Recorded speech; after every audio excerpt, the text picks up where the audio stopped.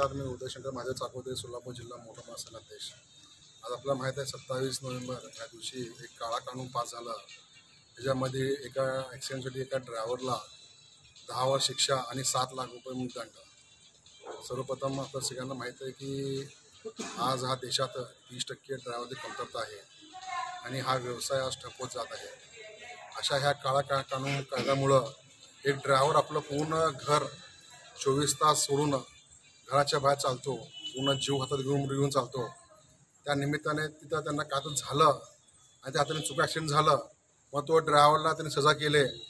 पण त्या निमित्ताने त्याचं पूर्ण आयुष्य त्यांनी 10 वर्ष त्याला शिक्षा होईल. त्याचं घरचे जे त्यांच्या घरात मुलं बहिणी आई वडील आहेत त्यांना काना सोडावं लागेल. त्यांना त्यानिमित्त कुठलाही ड्रायव्हर आज काम करायला तयार नाही आहे.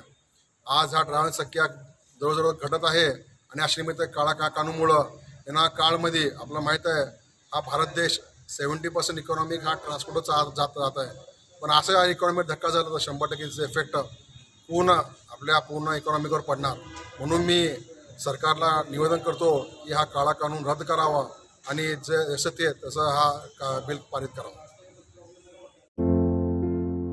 आमच्या लोक जनसेवा चॅनलला लाईक करा, शेअर करा, सबस्क्राईब करा.